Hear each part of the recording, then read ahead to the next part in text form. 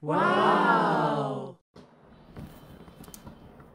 안녕하세요. 복싱 매니지먼트 코리아 황현철입니다.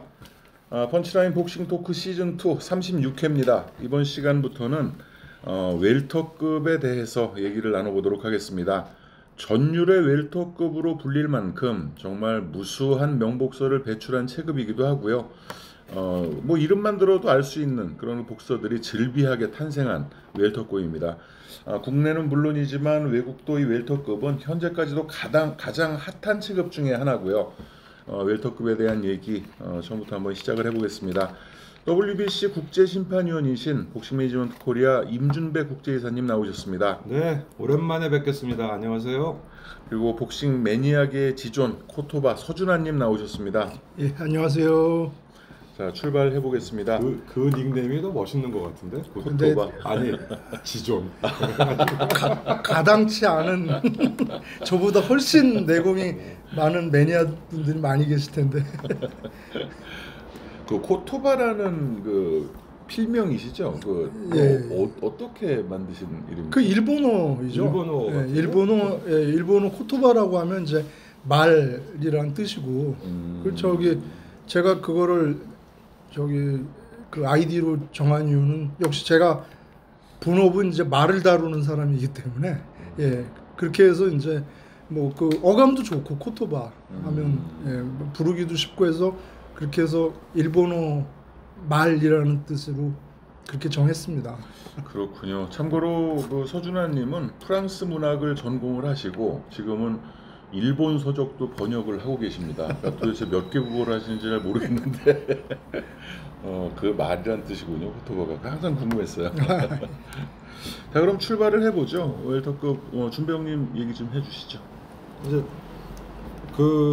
어차피 이제 그 체급의 그 창설 얘기를 하면은 이제 베어너클 퀸스베리룰이 적용된 이후에 이제 헤비급, 뭐 밑으로는 플라이급, 벤턴급, 뭐 미들급, 뭐 라이트급 이런 체급들이 생겼고 미들과 라이트 사이에 이제 갭이 커가지고 1880년대에 이제 웰터급이라는 이제 체급이 새로 신설이 되죠.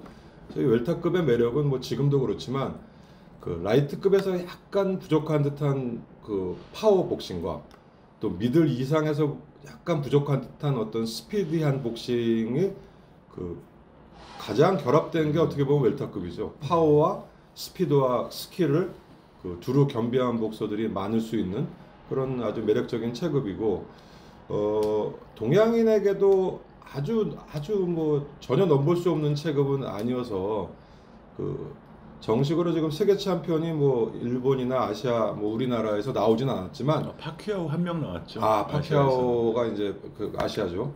그러니까 일본이나 한국에서 아직 뭐 정식으로 챔피언은 안 나왔지만 우리나라도 그렇고 일본도 그렇고 항상 그 세계 도전을 나름 근접해 있고 또 여러 차례 시도를 했던 뭐 그런 체급이었죠. 그래서 이 체급을 보면 이제 88년도에 이제 초대 챔피언이 나왔고 이 1900년대까지는 이제 뭐 사실 그때는 이렇게 체계화가 안 돼 있었지만 1900년대까지 보면 그 조 월커트라고 그 바베이도스의 악마라는 그 닉네임을 갖고 그 바베이도스 섬이 어디 자치령인지 내가 모르겠는데 어쨌든 거기 어떤 그 인디안 원주민 출신인데 이 선수는 키가 155 정도 됐다 그래요. 155요? 그러니까 그 어디서 제가 봤는데 타이슨을 연상하면 될 것 같다. 그러니까 그 웰터급의 체중임에도 불구하고 155cm인데 그 모든 시합을 그냥 파이팅 머신처럼 미친 듯이 그 덤벼들어서 상대를 그 제압해서 뭐 닉네임이 바베이도스의 악마 뭐 그랬던 선수가 이제 1910년도에 웰터급을 이제 뭐 나름 주름 잡았고 1920년대 오면 이제 그 뭐 우리에겐 많이는 안 알려 있지만 토이불독이라는 닉네임을 가졌던 미키 워커라는 선수가 있었죠. 그 선수는 많이 알려져 있죠. 이 선수는 뭐 20년대 그냥 유명 선수. 그래서 뭐 라이트급 시합도 하고 미들급에 도전을 했기도 하고. 예전에는 20, 30년대에는 진짜 그 체급에 대한 그 설정이 잘 안 돼 있던 것 같아요. 막 그러니까 붙었어요 뭐 보면. 한 라이트급부터 잘하면 헤비급까지도 시합을 그쵸. 하니까. 그래서 아까 얘기했던 조 월커트도 때로는 뭐 헤비급하고도 시합을 했었고. 뭐 그랬었고 미키 워커 이후에 이제 등장한 게 그 세계 권투협 그 사이에 어떤 획을 그었던 헨리 암스트롱도 웰터급에서 이제 활약을 했죠. 그렇죠. 헨리와 암스트롱은 3체급을 동시에 그 타이틀을 갖고 있었죠. 유일한 챔피언이라고 봐야죠. 예. 그러니까 세 체급을 제패한 게 1890년대 이제 보피치몬드 예. 영국 복서가 이제 사상 최초로 그 세 체급을 미들, 제패를 라이트 했고, 헤비, 헤비. 미들 다음에 헤비 다음에 이제 라이트 헤비가 그러니까 갔죠. 예, 순서는 바뀌었지만. 그렇죠. 예.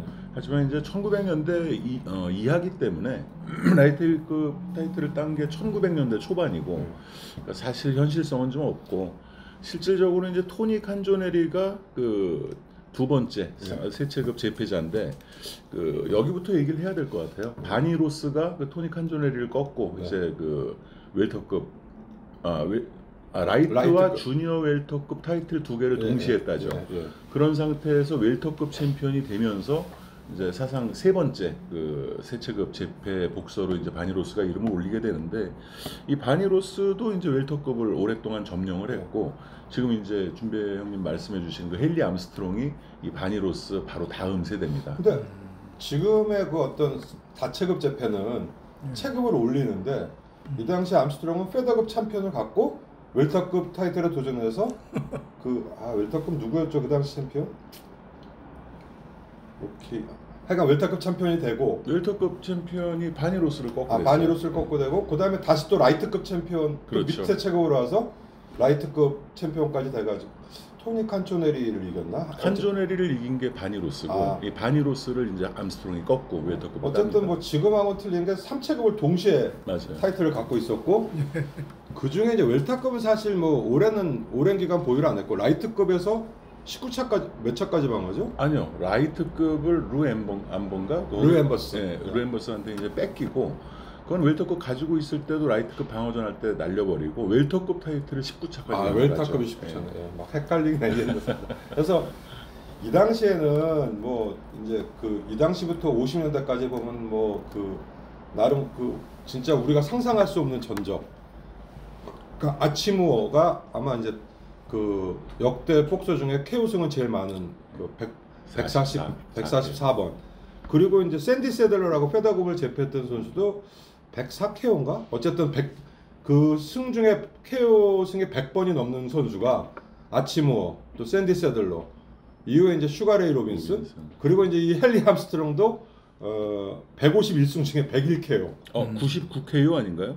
뭐 제가 찾아본 전적은 149승 중에 99KO. 그래요? 저도 이제 그러니까 이게 전적 같은 거 일일이 못해서 좀 써왔는데 저는 그냥 151승 101KO로 뭐 그렇게 됐는데 뭐 이 당시에는 좀 오류가 있으니까 뭐 어떤 게 맞는지 100년 전입니다. 그래서 어쨌든 이 당시에는 뭐 전적들이 보통 뭐 145승, 150승, 뭐 100KO 뭐 이런 선수들도 꽤 많았으니까 지금으로 따지면 상상도 못하는데 이렇게 복수력을 보면 한 달에 뭐 2번, 3번까지도 시합을 하고 막 그러더라고요. 그러니까 헨리 암스트롱이 웰터급을 19차 방어를 했는데 그 19차 방어를 한 기간이 2년 5개월이에요. 2년 5개월이고 39년 그 5월 달에는 5번 방어 전합니다. 한 달에. 뭐 지금으로서는 상상을 할 수 없는 일이죠. 그러니까 헤비급의 조 루이스도 25차 방어까지 했는데 맞아요. 그 기간이 지금으로 따지면 한 10년 걸릴 기간인데 그 당시에 뭐 이달 초순에 한번 방어전하고 이달 하순에 방어전하고 그래서 조 루이스가 25차까지 방어를 했지만 기간은 의외로 짧아요. 군대 맞아요. 징집도 되고 했기 때문에 그 짧은 기간 동안 하여간 시합을 했고 이런 트렌드는 뭐 우리나라도 70년대 80년대까지는 이렇게 심하지는 않았지만 뭐 예를 들면 박찬희 선수 같은 선수 그렇죠. 그리고 그 당시에 경량급 그 세계 챔피언들은 물 들어올 때 뭐 한다고 빨리 저거 하려고 그런지 뭐 2달, 3달 간격 뭐 한 달 간격 이렇게 방어전하는 선수들이 꽤 많았기 때문에 게다가 방어전만 하는 게 아니라 사이사이에 논타이틀도 계속 하잖아요. 그리고 또 뭐 논타이틀에 저도 전혀 데미지 안 받고 또 방어전 다음에 하고 스파링 대신 어떻게 시합을 택하는 그런 그리고 모양새였어요. 옛날에는 약간 그런 것도 있었던 것 같아. 논타이틀에서 한번 져줘. 그래가지고 얘는 데리고 와서 한번 이기겠다 그러면 거기를 원정 가서 이기고 돈 챙겨오고 약간 그런 것도 있었던 것 같이 논타이틀에서 세계 챔피언 진 게 꽤 많아요. 꽤 많아요. 네, 꽤 많아가지고 우리나라에서는 뭐 그런 경우는 별로 없었는데 뭐 일본 듀란만 해도 챔피언 되자마자 논타이틀에서 바로 1패 첫 패를 당했으니까 빌로마한테 졌죠. 네, 그래서 아르게오도 졌잖아요. 네, 아르게오도 아르게오가 빌로마하고 헤수스지. 빌로마. 듀란은 에스테반 데스네요. 네. 그래서 이제 뭐 그 초창기가 그러면 이제 우리가 지금 이제 보통 말하는 게 그 근대 복싱과 현대 복싱을 뭐 나누는 게 지금은 또 세월이 좀 지나서 또 바뀌었지만 슈가레이 로빈슨 전이냐 슈가레이 로빈슨 후냐 그렇죠. 뭐 이렇게 나눠지는데 이제 슈가레이 로빈슨이라는 아주 걸출한 선수가 1930년대에 퇴두를 해가지고 이 40년대 50년대를 이제 거의 세계 복싱을 주름잡는 그런 선수가 되죠. 이 로빈슨은 정말 대단한 것 같아요. 그러니까 왜 로빈슨을 그 현대 복싱의 선구자라고 부르는지, 그러니까 그 지금 시대와 그 시대는 엄연히 달랐겠지만 그 시대의 위상을 생각하면, 그러니까 로빈슨은 미들급에서 챔피언을 5번 획득했기 때문에 이제 미들급 복서라는 그렇죠. 관념이 이제 많이 박혀 있는데, 사실 웰터급에서 출발을 했고 세계 타이틀은 라이트급부터 이제 데뷔를 했습니다. 예. 하지만 웰터급에서는 이 선수가 무패예요. 그러니까 딱 그 두 번째 패배를 당하기 전까지 랜디 터핀한테 지기까지 1패만을 안고 있었는데, 그때 전적이 129승 1패 2무승부. 근데 그 1패를 안긴 주인공이 그 제이크 라모타입니다. 그 영화 이제 주인공으로 그렇죠. 이제 알려진 그 라모타인데, 이 제이크 라모타와 논타이틀전을 가질 때도 라모타는 미들급 체중이었어요. 로빈슨은 웰터급 체중이었고, 이 라모타에게 한 번 이긴 상태에서 두 번째 대결에서 판정으로 지고, 그리고 그 후에 4번을 더 이기죠.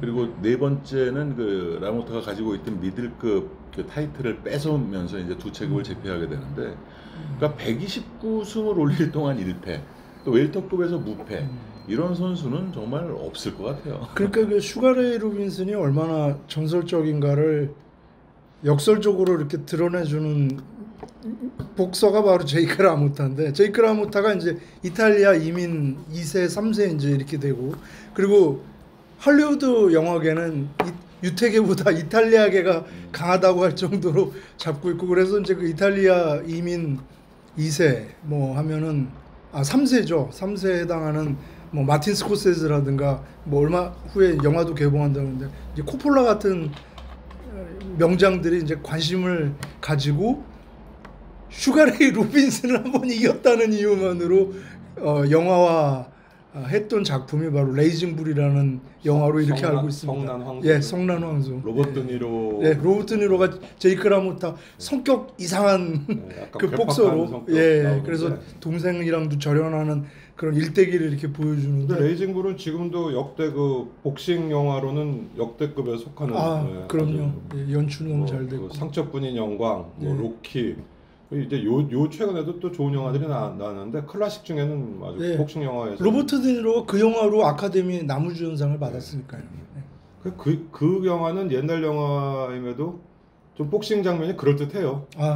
좀 실감나게 그래도 해가지고 소시적에 재밌게 봤던 그런 영화고, 이 미국에서 복싱 쪽은 이태리계가 아무래도 강한 것 같아요. 이태리계하고 특히 뉴욕 출신 복서 중에는 이태리계하고 이제 아이리시계들이 많은데, 이태리계들이 많이 성공을 했고, 로키 영화도 이태리계로 나오니까, 그래서 이태리계 쪽이 뭐 원래 이태리 자체도 복싱 강국이었지만 이태리계들이 꽤 그 뉴욕 쪽, 특히 뭐 뉴욕 쪽에 그 백인 복서 중에는 의외로 그 이태리계들이 많이 있었죠. 그 영화계 이태리계와 복싱계 이태리계가 만난 작품이 이제 80년에 나온 레이징 불이고, 그 전에는 이제 로키 이렇게 이제 이어지죠. 이 로빈슨은 이제 후에 미들급 제패 후에 이제 미들급 타이틀도 뭐 그 터핀한테 뭐 실수로 뺏겼다가 다시 복귀하고 하다가 그 조이 맥심의 라이트 헤비급 타이틀에 도전을 하죠. 그렇죠. 그래서 이 시합도 아주 그 희한한 결과가 나온 시합이죠. 그러니까 완전히 압도적으로 이기고 있었는데 결국 13라운드 종료 끝나고 경기를 포기하게. 그러니까 이게 그날이 굉장히 더워가지고 레이 로빈슨이 이제 오버페이스가 됐고, 그 전에 시합 도중에 심판이 탈진을 해가지고 심판이 교체가 돼요. 그러니까 그 정도로 굉장히 굉장히 그 더운 적에서 맥심은 뭐 그냥 그 로빈슨의 그 공격을 계속 받아들이면서 흡수하면서 계속 버텼고, 그래서 그 뭐 데미지를 안 받았는데 그 로빈슨이 스스로 못 나오죠. 지쳐가지고 완전 탈진이 돼가지고. 그래서 근데 말이 좀 있었던 것으로 알아요. 그때 어떤 뭐 도박사들의 뭐 매수된 것이 아니냐 뭐 이런 얘기도 좀 사실 있었었고, 그래서 맥심 경기가 끝나고 로빈슨이 바로 은퇴를 합니다. 은퇴를 여기서 잠깐만 네. 황 대표님께 말씀 부탁드리고 싶은 게 있는데요. 그게 이제 아까 현대복싱과 근대복싱을 나누는 기준의 복소로 슈가레이 로빈슨을 이제 많이들 얘기를 한다고 하는데, 그런 주로 어떤 측면에서 그런지 혹시 그게 좀 복싱 스타일이나 기술적인 측면에서 역시 그럴 것 같은데, 그 특징을 조금 간단하게 조금 짚어주시면. 예, 제가 아는 그 로빈슨이 그 현대복싱의 선구자라고 불리는 이유는 일단은 스타일이에요. 그 스타일 자체가 과거에 무지막지하게 치고 받기만 하던 예. 거에서 방어의 개념을 확실히 도입을 해서 공수의 어떤 그 구분, 그런 점이 이제 그 로빈슨부터 시작이 됐다고 평가를 받는데, 그리고 이제 중요한 거기서 발을 썼죠. 그렇죠. 예. 근데 그 모든 것이 로빈슨이 이룬 업적이 있기 때문에 빛나는 거지, 로빈슨이 업적을 이루지 못했다면 그런 그렇죠. 평가를 받지 못했을 거라고 생각을 합니다. 그러니까 사실 물론입니다. 로빈슨 스포츠. 전까지 또 뭐 미들급의 명챔피언들이 많았죠. 뭐 토니 제일이라든지 로키 그라지아노, 뭐 마르셀 셰르단 많았지만 다 어떤 그 뭐라 그래야 되나, 한방잡이라 그래야 되나, 서로 노리다가 그냥 정말 주먹 대 주먹으로 그런 시합을 하는 거에 반하면 약간 그 알리의 탄생하고도 약간 비슷한, 미들급으로는 굉장히 리드미컬한 어떤 스텝을 밟고, 그 다음에 이제 스웨이백 같이 아주 고도의 기술을 쓰고 또 잽을 사용하고, 그러니까 로빈슨의 시합은 지금 봐도 전혀 그 옛날스럽지가 않아요. 어색하지 네. 않죠. 그래서 이제 어떤 그 전까지는 사실 미들급, 헤비급 경기 보면 서로 눈싸움 하다가 너 한 방 치면 나 한 방 치고 뭐 이런 패턴이 많은 거에 비하면, 로빈슨은 뭐 인아웃을 하면서 발도 쓰고 뭐 그 특기인 그 스웨이백도 하고 그다음에 원투도 치고, 그래서 뭐 알리도 로빈슨을 보고 자기가 복싱을 저거 했다고 하듯이 그 당시에 그 체급에서 이제 약간 틀린 스타일이 나온 거죠. 더 세련된 스타일. 네.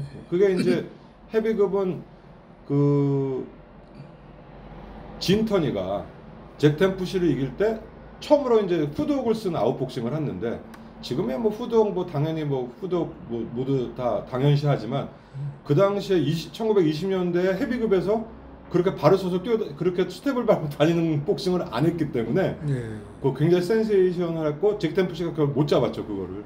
네, 그러다 보니까 그 로빈슨도 그런 면에서 볼 때 그 전의 복싱과는 좀 틀린, 지금 황 대표님이 얘기하신 상당히 세련된 스타일의 복싱, 뭐 그렇기 때문에 아마 그 어떤 업적을 바탕으로 한 그 스타일의 그 차이 때문에 뭐 어떤 현대 복싱의 그 선구자 같이 그렇게 이제 뭐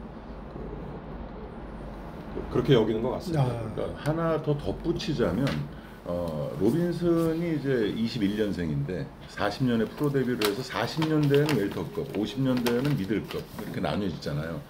근데 40년대, 50년대 그때가 이제 그 TV 화면이나 그 어떤 촬영 기법이 좀 또 많이 발달을 해서 그 전 20, 30년대 필름은 지금 남아 있는 걸 봐도 제대로 된 영상이 아닙니다. 근데 로빈슨의 그 50년대 미들급 영상은 지금 봐도 물론 과거의 영상이니까 좀 어색하긴 하지만 크게 이렇게 지장 없이 볼 수가 있을 정도예요. 슬로 비디오도 있고, 그렇죠. 그리고 앵글도 다른 앵글에 맞습니다. 투 앵글 정도로 해가지고 근접한 뭐 저것도 있고, 그러니까 그런 시기와 맞물리면서 이 로빈슨의 존재감, 또 이제 그 이러는 업적, 뭐 그런 부분 때문에 평가를 더 받는 것 같은데, 로빈슨이야말로 모든 것을 다 보여준 것 같아요. 그러니까 조이 맥심에게 라이트 헤비급 타이틀 도전해서 지고 은퇴를 해서 거기서 끝났다 하더라도 로빈슨은 아마 영원히 추앙을 받았을 텐데 3년 후에 재기를 하죠.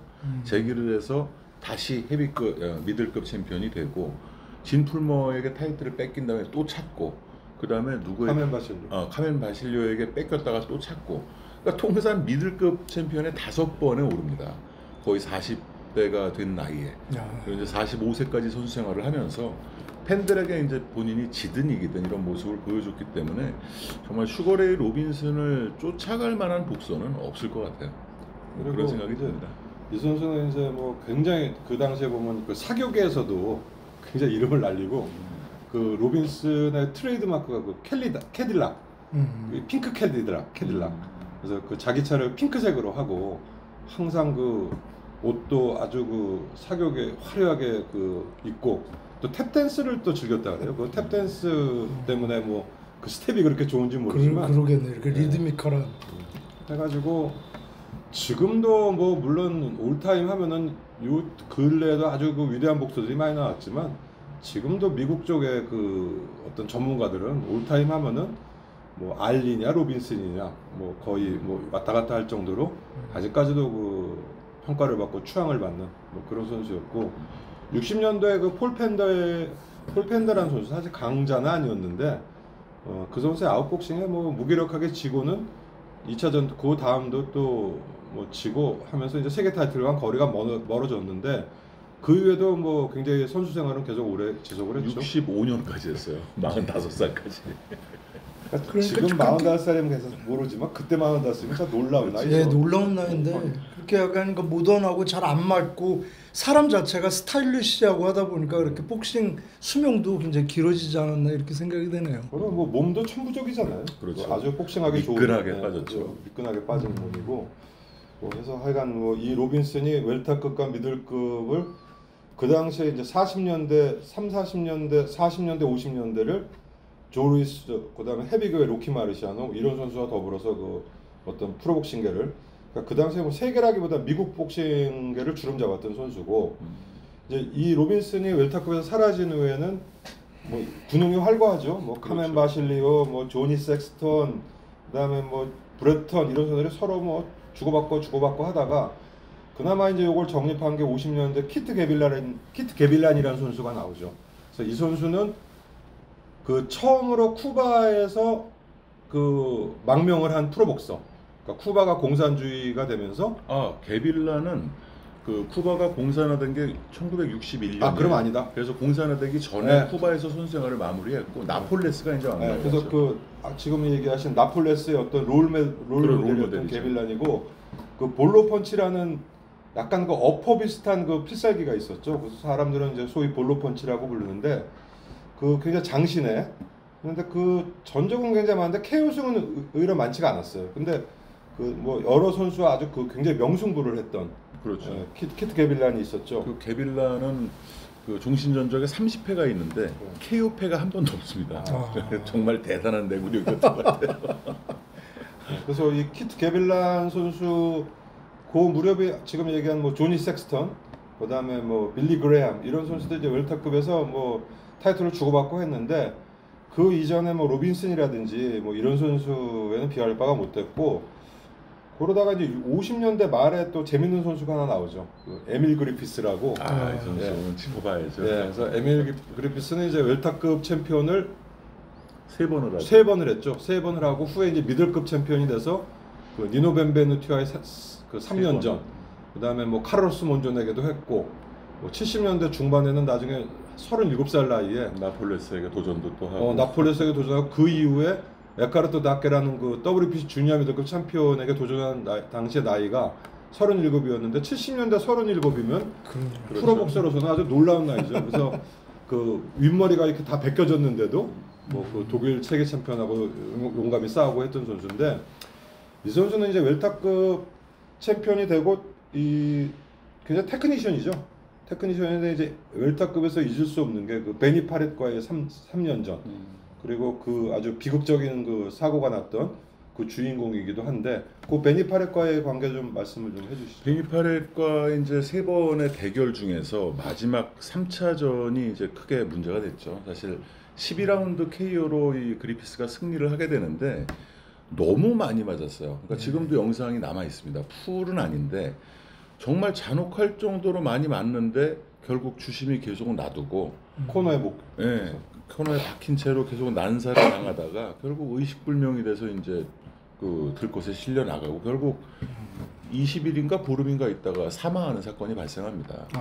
그래서 이 경기가 그 당시에 좀 전 세계 복싱계뿐만이 아니라 그 전 세계를 좀 경악하게 했죠. 복싱이 이런 스포츠인가 이렇게 잔인한 스포츠냐라는 거에 대해서 이제 좀 의견이 좀 많이 대두되던 그런 일도 있었고. 베니키트 파렛은 이제 역시 또 그 게빌란과 마찬가지 쿠바 선수였는데 그렇죠.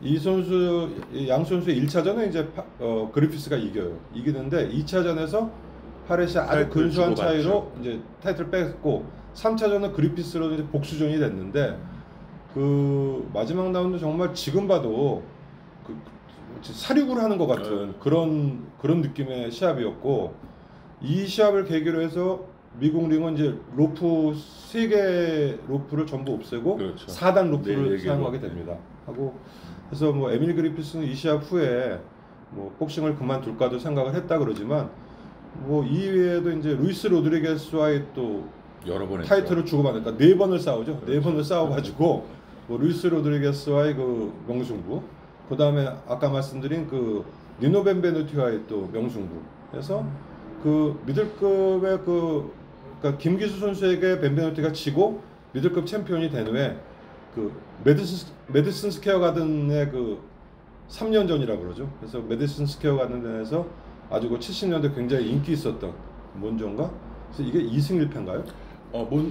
몬존과는 아니, 2패고 벤베누티. 벤베누티는 저 그리피스 입장에서는 1승 2패죠. 그러니까 그리피스가 미들급 타이틀을 처음 딴 건 이제 딕 타이거를 이기고 땄어요. 땄어요. 그래서 이제 벤베누티한테 타이틀을 뺏기죠. 네.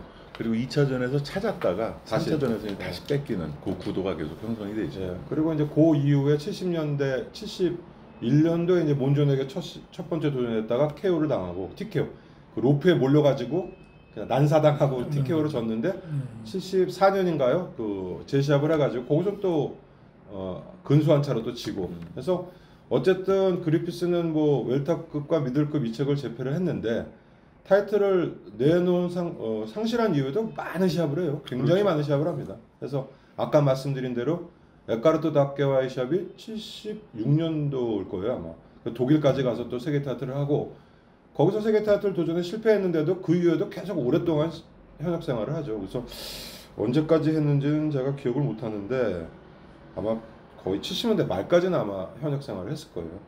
그래서 이 에밀 그리피스는 사실상 그러니까 세 체급을 석권한 목소로 봐야 되는데, 그러니까 1962년 10월에 그 주니어 미들급이 창설이 되잖아요. WBA에서.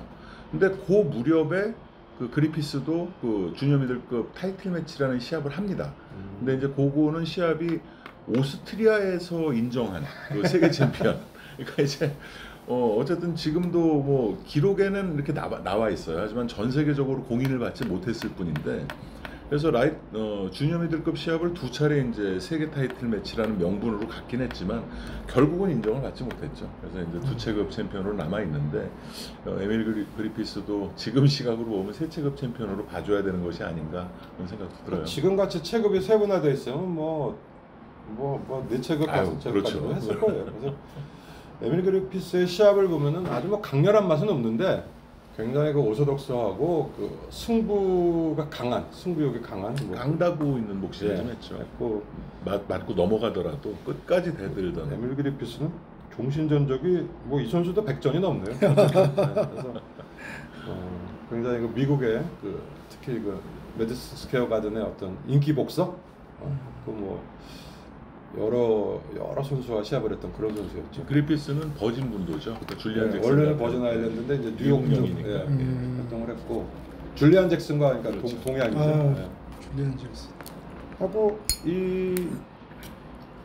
그리고 이제 호세 나폴레스가 나와야 될 것 같습니다. 그 이후에 이제 웰터급은 뭐 약간 이제 이 선수 왔다 갔다 커티스 콕스 그 정갈이란 별명의 그 커티스 콕스가 세계 챔피언이 돼가지고 뭐 4차까지인가 방어를 했는데 여기서 이제 나폴레스가 이제 출연을 하게 됩니다. 네. 지금도 웰터급 올타임에서 항상 뭐 이름을 뺄 수 없는 그렇죠. 이 선수인데 원래 이 선수는 이제 쿠바 출신이고 원래는 주니어 라이트급이에요. 맞아요. 그래서 아마추어 전적이 114승 1패. 그래서 원래는 이제 주니어 라이트급이고 프로 들어와서도 이제 58년도 프로 데뷔를 하는데 이제 쿠바에서 주로 활동을 하죠. 해가지고 라이트급으로 주로 뛰었죠. 라이트급으로 주로 뛰었고 그러다가 62년도에 멕시코 원정을 한번 오는데 여기서 본국으로 돌아가질 않죠. 아니 그게 아니고 이제 40년생이에요. 네. 저 나폴레스가. 그리고 이제 58년에 데뷔를 해서 21번인가 싸우고 이제 1패만 있던 KO율이 높지 않았던 어쨌든 그 초창기 시절의 나폴레스였는데 카스트로 정권이 61년에 그러니까 우리 그 5.16 혁명 나던 그해 카스트로 정권이 프로스포츠를 금지시키잖아요. 그러면서 이제 나폴레스가 하루아침에 이제 직장을 잃은 거죠. 그러면서 그 가족을 다 버리고 망명을 합니다. 그게 제가 알기로는 62년대 멕시코 원정을 왔다가 거기서 안 돌아가고 거기서 망명 신청을 한 걸로 아는데. 원정이 아니고 망명을 해서 거기서 자리를 잡아서 시합한 것으로 알고 있어요. 네. 어쨌든 하여간 멕시코에 그러니까 시합 자체 승인이 나질 않기 때문에 프로스포츠가 금지돼서 그래서 어쨌든 그 가족 1년을 쉬죠. 네, 가족들을 그 쿠바에 남겨둔 채 멕시코로 망명을 해서 이제 멕시코 복서가 된 거죠. 멕시코 복서가 되는데 이 선수는 이제 별명이 만테키아. 그게 뭐 제가 히스패닉은 잘 모르지만 뭐 버터처럼 부드러운이라는 뜻인 그렇게 알고 있고 정말 시합을 보면은 그 위빙예빙이 그렇죠. 그 소리도 안 나게 그 아주 부드럽게 그 삐거덕거리고 전혀 삐거덕거릴 것 같지 않은 뭐 이런 선수고 이제 멕시코에서 아주 그 어마무시한 연승 기록을 이제 쌓아나가는데 이 선수가 이제 세계 타이틀 도전이 굉장히 늦어졌죠. 그러니까 사라테처럼 도전을 안 받아줍니다. 그러니까 라이트급에서도 안 받아주고 그 당시에 뭐 주니어 웰터급의 니콜리노 로체라든지 그 주니어 웰터급 챔피언 브루노 알카리라든지 다 이 선수의 도전을 안 받아줘요. 그래서 결국은 원래는 라이트급 또는 주니어 웰터급 정도가 자기 베스트 체중인데 웰터급 타이틀에 도전을 하죠. 그래서 아까 얘기했던 그 커티스 콕스 그 정갈이라는 이 선수에게 도전하는데 시합 전부터 나폴레스가 얘기를 해줘. 나에게 기회를 줘서 대단히 고맙다고 했고 이 시합은 그 시합 전부터 나폴레스가 밑에서 내려 올라왔음에도 불구하고 나폴레스의 우세가 점쳐졌고 뭐 1차전에서 결국은 뭐 콕스가 눈부상으로 TKO패를 했지만 원사이드한 시합으로 해서 이제 드디어 세계 챔피언에 등극을 하죠. 그래서 커티스 콕스와의 그 재시합에서 이기는데 네 번째 방어전에서 이제 한번 실수를 하죠. 바커스. 예, 그 빌리 바커스라는 그 뭐 나중에는 이제 뭐 그 쿠에바스 선수하고 일으켜야 되는 그 선수인데 이 선수에게 그 바커스의 홈링으로 들어가서 그 4회 TKO로 타이틀을 뺏깁니다. 부상 TKO죠. 예. 부상 TKO. 근데 이게 그 당시는 뭐 펀치든 버팅이든 TKO면 그냥 눈 찢어지고 피 보면 그냥 지더라고. 채점승이라는 게 없어가지고 TKO 승을 하는데 몇 개월 후죠? 바로 재전에서 그렇죠. 그냥 아주 그 딴 때보다 그 나폴레스가 딴 때 같지 않게 무지하게 그 적극적인 공격을 해가지고 그 8회 TKO로 이기면서 타이틀을 다시 뺐습니다. 그래서 이후에 10차까지 방어를 하는데 뭐 이 10차 중에는 그 어니 로페스라는 데니 로페스의 형이죠. 예. 인디안 피를 가진 그 미국의 강타자와 두 번의 시합을 했고 그 1차전은 굉장히 그 명승부예요. 그 나폴레스가 좀 위험했던 장면도 있고 해서 뭐 그런 그 로페즈와의 2차전. 그다음에 미국의 그 한때는 뉴욕주 공인주 웰터급 세계 챔피언이라고 했던 그 해치먼 루이스도 뭐 2번 이겼고 그다음에 그 웰터급 주니어에서 항상 그 터프니스로는 세계 최고라 하던 아만도 뮤니스와도 2번을 했는데 그 아만도 뮤니스와 1차전은 아만도 뮤니스가 진짜 그 주먹 3개로 싸우는 거죠. 들이받고 해가지고 그 나폴레스가 계속 그 굉장히 고전을 하고 눈이 굉장히 심하게 찢어져요. 근데 글쎄 이게 딴 때 같으면 뭐 그 TKO로 아만도 뮤니스가 좀 이겼을 확률도 있는데 주심 직권으로 이거는 너무 심하게 들이받은 그 아만도 뮤니스의 심한 버팅 때문에 한 거기 때문에 하면서 아만도 뮤니스의 반칙배를 선언을 해요. 예. 그러니까 나폴레스로는 뭐 그 당시 어떤 그 패턴으로 보면 눈부상하면 TKO패가 되는 경우가 많았는데 어쨌든 부상 반칙패 같이 해가지고 당연히 뮤니스 쪽에서 또 항의를 했고 그래서 재전을 다시 한번 하지만 그 시합은 뭐 다운을 한번 빼갖고 이제 원사이드하게 이기고 그래서 그 웰터급은 거의 무적이죠. 무적이라 뭐 10차까지 방어를 하는데 그 사이에 이제 잠깐 외도를 하죠. 그래서 미들급의 그 카르로스 몬존에게 도전해서 74년도죠. 그 아랑드롱이 그 당시에 그 카르로스 몬존의 굉장한 팬이었어요. 그래서 그 파리에서 그 슈퍼파이트를 한번 자기가 흥행을 하자 해서 이제 만들어진 게 카르로스 몬존과 그 밑에 책의 나폴레스에 도전해서 세계 챔피언 대 세계 챔피언. 그래서 이 시합은 뭐 정식 경기장이 아니고 그 서커스단 천막을 쳐놓고 거기도 한 관중은 한 10,000명 들어왔다 그러는데 그 서커스 천막에서 시합을 합니다. 파리 뭐 어디 근교라 그러는데. 근데 이 시합은 정말로 나폴레스는 엄밀히 따지면 라이트급 밑에 선수고 몬조는 미들급에서도 제대로 미들급이라 네. 정말 이 시합이야말로 체격차, 파워차를 아주 극명하게 보내준 시합이었고 뭐 나폴레스는 뭐 이러지도 저러지도 못하고 해가지고 결국은 그 눈부상 TKO가 원인이 돼서 이제 TKO 패를 당하는데 뭐 더 갔어도 이거는 뭐 네. 나폴레스에게는 절대로 이길 수 그렇죠. 없었던 뭐 그런 시합이었고 이건 뭐 나폴레스가 뭐 약하다기보다는 정말 그 당시에 체급으로 한 3체급 차이 선수가 싸운 거나 마찬가지니까 체급 차도 체급 차지만 뭐 당시 몬조는 천하무적이었고 그리고 링에 서 있는 모습 자체가 골격 차가 뭐 현격하게 보였어요. 그렇죠. 그리고 이제 요때는 나폴레스가 이제 그 당시에 공식 나이가 뭐 35이네 4시네 했는데 뭐 실제로 40이 넘었다고 그러기도 하고 사실 이게 코스염이가 트레이드 마크이긴 한데 네. 늙어 보여요. 늙어 보이고 거기에 비하면 몬조는 그 당시가 최전성기였죠. 그렇죠. 한 6, 7차 방어전부터 한 11차, 12차 방어전 때가 어떻게 보면 최전성기였기 때문에 뭐 팬들에게는 굉장히 좋은 그 카드였긴 했지만 시합 내용은 뭐 그렇게 아주 뭐 크로스하지도 않고 그래서 일방적이죠. 일방적이었죠. 끝났죠. 공식 결과는 이제 6라운드 종료 TKO가 되죠.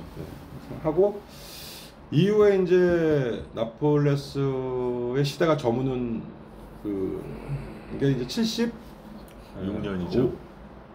스트레이시라는 게 75년 5년이요. 75년 12월 그래서 이제 그 영국의 단발 번째죠.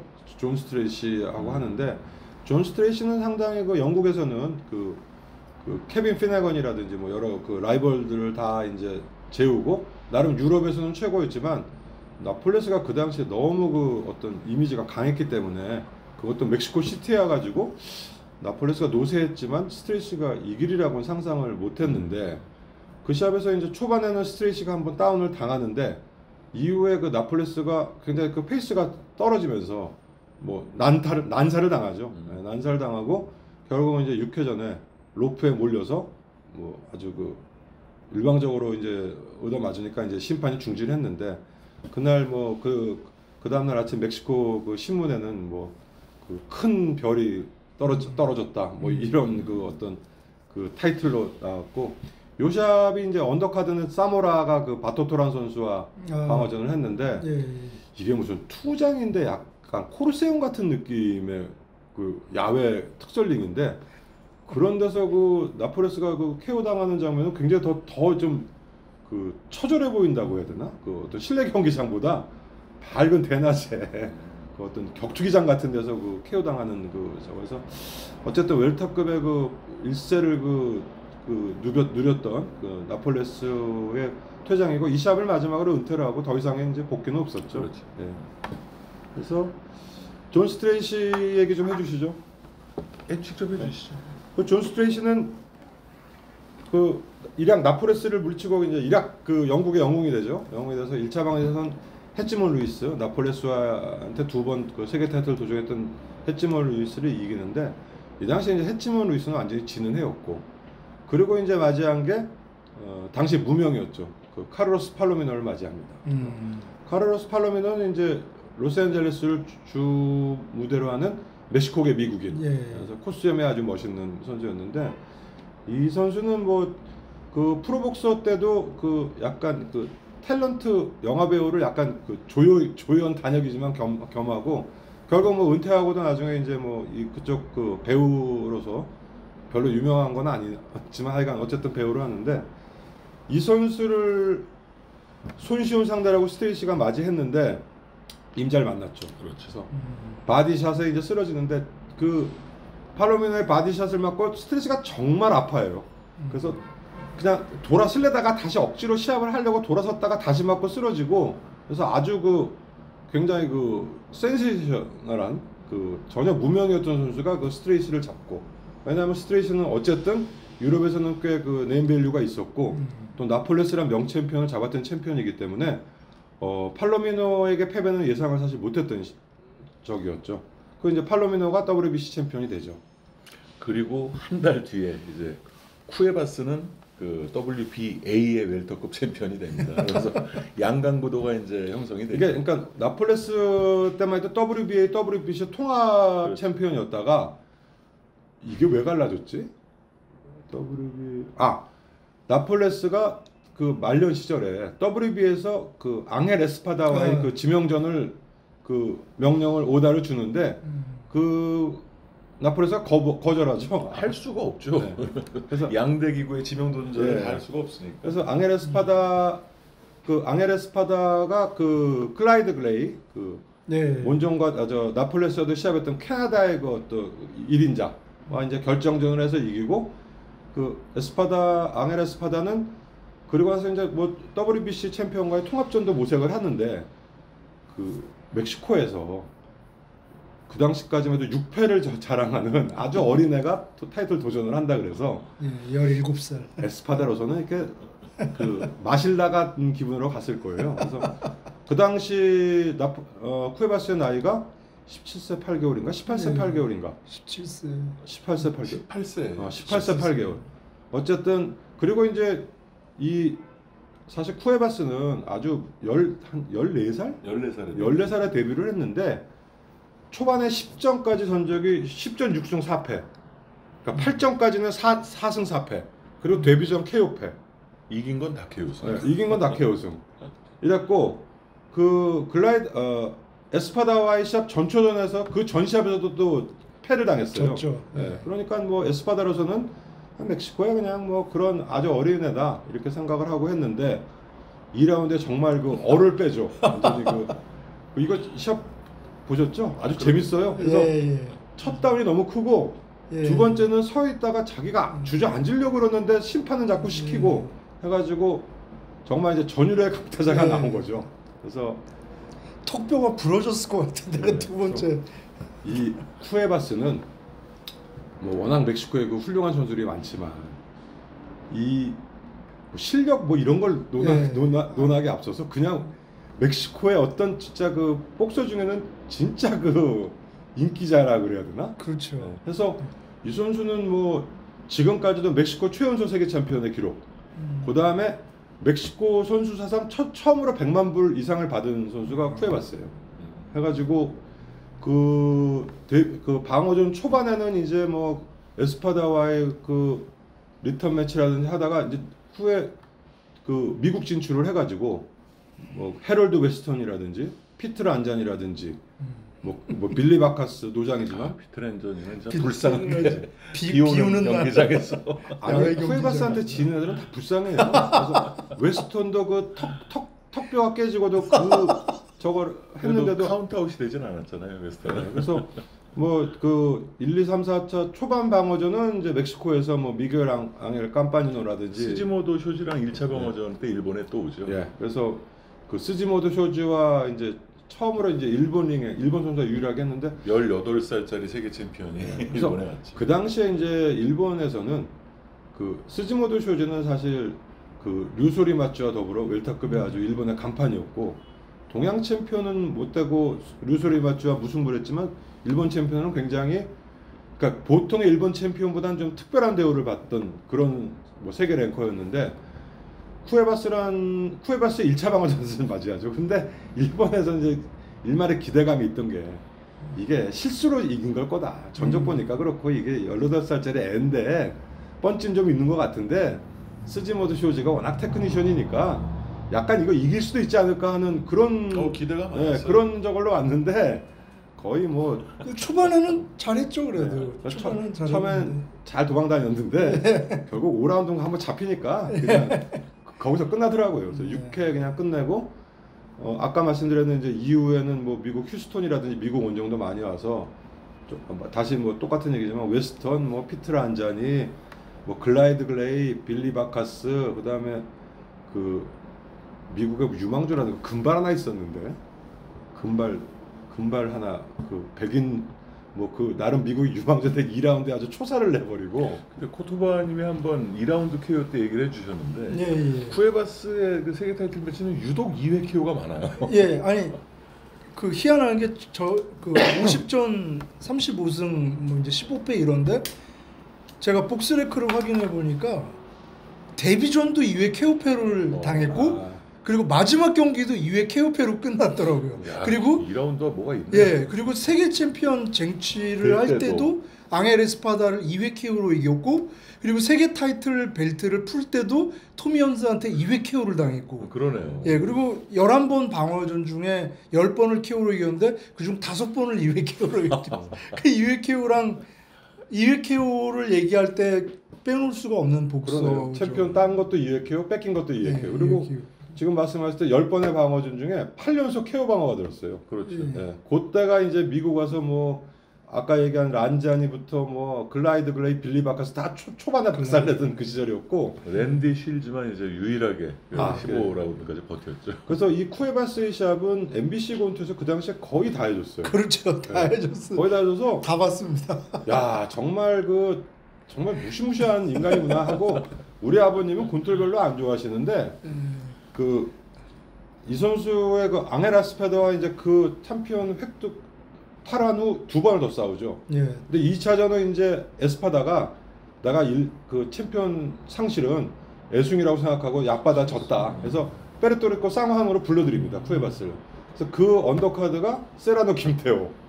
메인이 이제 에스파다와 쿠에바스의 2차전인데 그 시합은 정말 에스파다가 죽을 힘을 다해서 그 대항을 하죠. 오래 버텼죠. 예. 그래도. 근데 결국은 갈비뼈 부러지고 12회 결국은 기권. 예, 그 코너에서 말려가지고 턱 나가고 그래서 이 쿠에바스가 11번 방어전 중에 4명인가 5명을 턱을 아작을 턱을 내려서 조 브레이커라는 별명도 있고 헤럴드 웨스턴도 턱 나가고 하여간 5명인가가 턱이 나갔어요.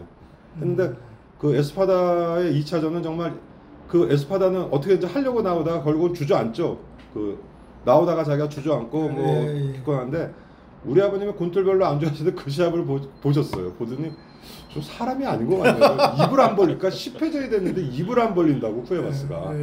그랬던 기억이 나고 그 얼굴도 아주 그 음영짙은 아주 약간 멕시칸 미남으로 생겼는데 그 아주 살인자 같은 그 어떤 느낌. 예전에 일단 웃음이 없잖아요. 예, 웃음이 없고 예전에 저희 그 복싱 사이트에서 그 얼굴 자체가 그냥 필름 느와르라는 얘기를 할 정도로 참 인상 깊었고 그리고 이제 출신도 제가 알기로는 그 푸주간 소년이었던 걸로 기억하거든요. 자기가 어렸을 때 도살자라는 별명이 너무 잘 어울려요. 고기를 도끼로 내리치는 걸로 자기 그 어깨 힘을 키웠다 그러고 살벌하네요 진짜. 그리고 항상 그 트레이드 마크가 그 뭐라 그래 빌로도라 그러나요? 팬티가 뭐 자주색이 됐든 빨강색이 됐든 그 비로도로 만든 그리고 체격이 정말 좋았어요. 그러니까 그 팬티가 이렇게 헐렁거리지 않게 딱 맞는 팬티인데 하여간 굉장히 멋있었던 어린 나이에. 그리고 이렇게 저기 상대의 그 턱을 조준해서 펀치를 레프트 훅을 휘두르는 것도 그러고 보면은 이렇게 진짜 도살자가 근데 진짜 시합을 사냥하는 것 같은 느낌. 보는 사람 입장에서 맞는 사람 입장에서야 뭐 죽을 맛이겠지만 보는 사람 입장에서 정말 시원하게 했던 선수고 복해야죠. 그래서 뭐 이 선수는 뭐 위책을 보거나 그런 거 없이 계속 방어전에 이제 정진을 하다가 그 드디어 헌스를 만나면서 이제 최후를 맞죠. 그래서 자 그러면 이제 이 쿠에바스가 헌즈를 만나고 또 팔로미노가 베니테스를 만나는 장면부터는 다음 2부에서 연결해서 또 얘기 나눠보도록 하겠습니다. 자 오늘 그 웰터급 그 체급의 저 녹음에 들어갔는데 오랜만에 와주신 우리 저 임준배 그 이사님 엔딩 좀 부탁드립니다. 네 안녕하세요. 그 세계적으로 뭐 요즘 그 중동에서의 사태도 있고 뭐 여러 가지 소란스럽습니다. 그리고 이제 벌써 올해가 그 연말을 바라보게 되는 그 10월 벌써 중순이네요. 그래서 여러분 모두 날씨 추워지는데 건강 조심하시고 맡으시고 또 하시는 일들 모두 잘 되시길 빌겠습니다. 전부 부자 되십시오. 감사합니다. 감사합니다.